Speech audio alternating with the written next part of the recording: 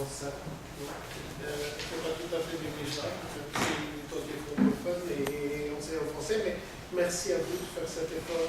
Est-ce qu'on a le temps de poser une question sur cette revalorisation de l'espace qui donne raison a posteriori à Michel de Certeau, faisant des romans une pratique de la marche.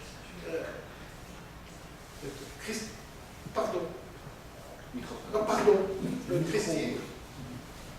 Non, sans micro, sur cette idée qu'il n'y a pas d'évidence du réel, ce n'est pas véritablement une question, mais une suggestion bibliographique sur ce pouvoir finalement d'instanciation de la littérature, qui fait qu'au fond, cette opposition entre ce qu'on appelle le fait, au fond, et la construction s'efface dans cette forme d'écriture. Il y a une très belle thèse qui a été soutenue en 2011 à Paris 8 par Marie-Jeanne Zenetti, et qui comportait dans son corpus les textes de Philippe Vasset, et qui s'intitulait précisément Factographie, et qui renvoie en fait à cette question à proprement parler de l'instanciation et de la rupture d'une forme de dualité qu'on pourrait penser opératoire entre, au fond, la littérature fiction et la littérature relevée d'évidences ou de fausses évidences du réel. Voilà.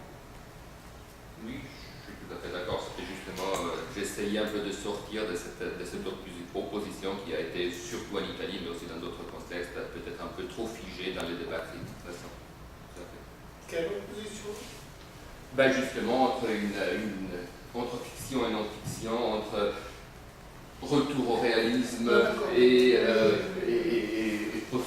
soi-disant postmodernisme, etc. Donc il me semble qu'il est intéressant aussi de ce point de vue-là, et non seulement, mais aussi de ce point de vue-là, d'étudier des formes d'écriture qui essayent un équilibre parfois précaire. C'est pas toujours des chefs-d'œuvre, il y en a beaucoup, il y en a même trop de ces écritures géographiques. J'ai parlé de quelques exemples qui me semblent intéressants, il y en a qui ne le sont pas du tout, mais quand même, c'est une sorte de défi qui s'inscrit en faux contre cette reddition au discours journalistique dont parlait Pierre ce matin, et il court quand même le même risque, mais avec une conscience supérieure, avec une conscience d'une spécificité du littéraire qui n'est pas toujours évidente justement dans la docu-fiction ou dans l'autofiction qui est à la mode maintenant. Pierre. Oui, alors je suis très content que Luigi parle tout à fait Raphaël, parce qu'il me semble que vos deux communications se répondent dans la mesure où Pierluigi montre qu'on peut spatialiser finalement notre expérience de l'histoire à travers l'observation de déchetterie ou de cimetière, où il n'y a pas ni causalité ni finalité. Et je crois que dans l'intervention que Philippe a faite après l'exposé de Raphaël, il y avait cette idée qu'au fond, on échappe dorénavant à la finalité et à la causalité. Hein, et c'est ce que tu appelles le destin, la destinée, etc.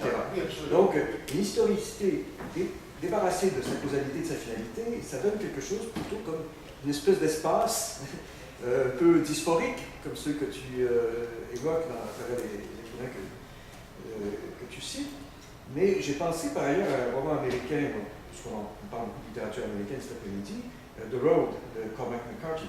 Parce que vous avez là donc une métaphore un peu spatiale, un chemin chaotique, sinueux, qu'empruntent un père et son fils, dans un monde qui ressemble beaucoup à une déchetterie ou à un cimetière, un monde catastrophique. Mais on ne sait pas quelle est la cause, ni la finalité de ce voyage quasi sur place, parce que rien à peu près ne se transforme. On a l'impression qu'il se déplace sur place, ni plus ni moins. Ça peut penser un peu à ce genre de description qui fixe un espace un peu comme ça, problématique, comme la déchetterie. On pense aussi aux friches industrielles qu'observe François Bon. François Bon situe toujours ces récits dans des espaces insignifiants sur le plan de l'intérêt touristique ou urbanistique. Donc, il y a là, dans cette image de lieux qui ne sont pas vraiment des non-lieux, effectivement, parce qu'ils sont très importants, mais des lieux sans finalité, je dirais, des lieux sans causalité non plus, quelque chose comme une métaphore de cette fin d'histoire dont on parle, et qui me semble parfaitement illustrée par The Road de McCarthy. On pourrait penser aussi à un autre de ses grands livres, qui s'appelle Le Grand Passage, où on a un personnage qui fuit parce qu'il a commis un crime, on ne sait pas pourquoi il a commis ce crime, on ne connaît pas tout à fait la nature de ce crime, et qui part dans la montagne, et qui réfléchit sur son destin, qui invoque les dieux, etc. Il n'y a rien qui se passe. Mais c'est ce lieu-là, qui évoque bien sûr les grands paysages des westerns américains, qui est une espèce de no man's land aussi. Et là, il y a quelque chose qui fait sentir un nouveau statut que l'histoire a pris, puisqu'on n'a plus de finalité de causalité. On a un moment qui ressemble un peu à un espace historique comme ceux que les écrivains de la description pratiquent. Aussi, c'est plus clair. Tout à fait. Là, il y a d'ailleurs quelqu'un qui va parler de McCarthy, il me semble. Oui, c'est vrai. Voilà, et si on confronte ça avec la tradition du récit on the road, c'est évident que quelque chose s'est passé entre les années 60 et après.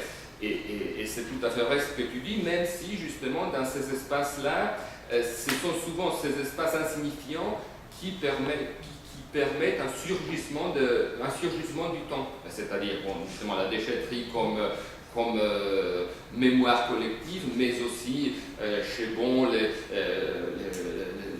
usines abandonnées qui permettent de reconstruire toute une histoire du mouvement ouvrier, dans la Lorraine, etc. Et donc c'est justement dans ces espaces tout à fait, c'est vrai, sans finalité, sans organisation, sans logique, vraiment sans organisation ni narrative, ni axiologique, c'est précisément là que parfois l'histoire, par fragments, par épiphanie, peut faire surface dans un monde plus ou moins post-historique. Oui, sans finalité univoque, ça ne veut pas dire sans finalité. Peut-on parler de deux lieux écrasés par la causalité et abandonnés par la finalité? Bravo, toi qui es entre les deux. Mais Raphaël voulait te poser une question, je pense.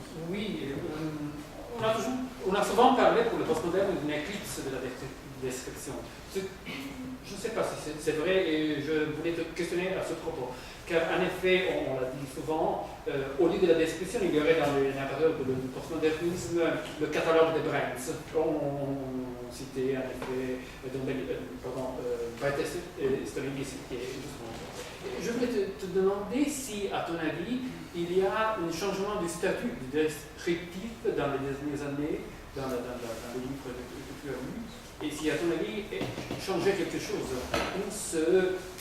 ou si c'est toujours la même histoire et donc cette éclipse de descriptive est terminée et il y a quelque chose de nouveau dans ce champ, ou si à ton avis il y a une longue histoire qui...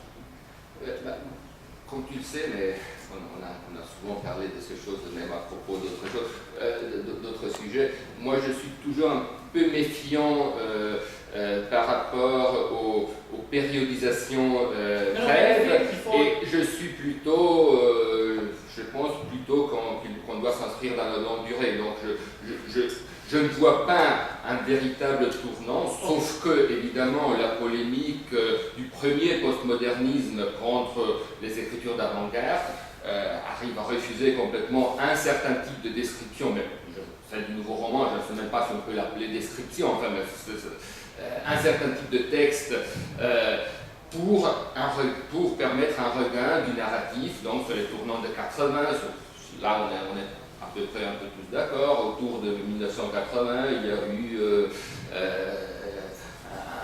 un retour au roman traditionnel, on a un retour du narratif, etc. Et là, la description a pris une place marginale. Mais il y a des traditions peut-être minoritaires différentes qui continuent de pratiquer une forme de description qui n'est certainement plus la description balzacienne usolienne, qui est une description toujours, ce n'est pas toujours une description de l'objet, mais une description du dispositif descriptif, c'est-à-dire un questionnement sur ce qui est visible, sur comment construire le visible. Et ça poursuit. Ça commence avec le modernisme et ça se poursuit aujourd'hui. D'ailleurs, si tu prends dans des livres dont on qu'on a citées souvent, ce sont souvent aussi des grands tests descriptifs. Le commencement de Adenauer. Mais même le mariage qui venait d'être cité, enfin, là on est vraiment dans un dispositif descriptif assez classique. Je pense que c'est moins, on fait ça, M. Vidal sans doute pour en parler mieux que moi, c'est moins la question de la description que le statut descriptif par rapport à l'investissement du sujet. Je veux dire, ce qui est remis en cause, fondamentalement, c'est ça. Et ce dont il parle n'est pas un réinvestissement romantique. Au fond, celui-là même qu'il y a, je ne sais pas, 50 ans, Rob Grillet dénonçait dans je ne sais plus quoi, d'ailleurs, pour un nouveau roman, je crois que c'est ça. Hein. Donc, je pense que c'est le statut du descriptif par rapport à l'emprise que la question du personnage sujet peut lui faire subir. C'est ça le problème. Oui, je pense que le vrai problème est celui-là. Delgiu, un écrivain italien, disait au fond que le statut de l'objet était la projection d'un cône d'ombre. Et ce cône d'ombre a une ombre portée qui va faire que l'objet a un statut spécifique autonome dans la fiction, mais non pas son réinvestissement subjectif par une figure romantique du sujet qui l'habite. Dans les dernières œuvres de Calvino, ce problème est central. Exactement. Comment ça s'appelle ça sous le soleil. On s'arrête 5 minutes. Oui, 5 minutes, parce qu'effectivement. On est assez sensible. On est en retard.